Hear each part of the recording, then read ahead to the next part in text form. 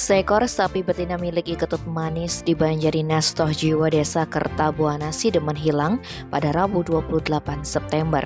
Hingga saat ini pelaku belum terendus. Kapolsek Sidemen AKP Iwayan Gede Mudana menyebutkan warga yang kehilangan sapi ada 2 orang, yaitu Iketut Manis dan Ninengah Sudani. Hilangnya sapi itu diketahui pada pagi hari sekitar pukul 6. Kala itu Sudani mencari rumput ke sawah untuk pakan sapinya. Namun dia kaget lantaran sapinya tidak ada di kandang. Setelah dicari di sekitar kandang, akhirnya sapi milik Sudani ditemukan di sebuah parit aliran irigasi. Namun kaki kiri belakang sapi itu patah.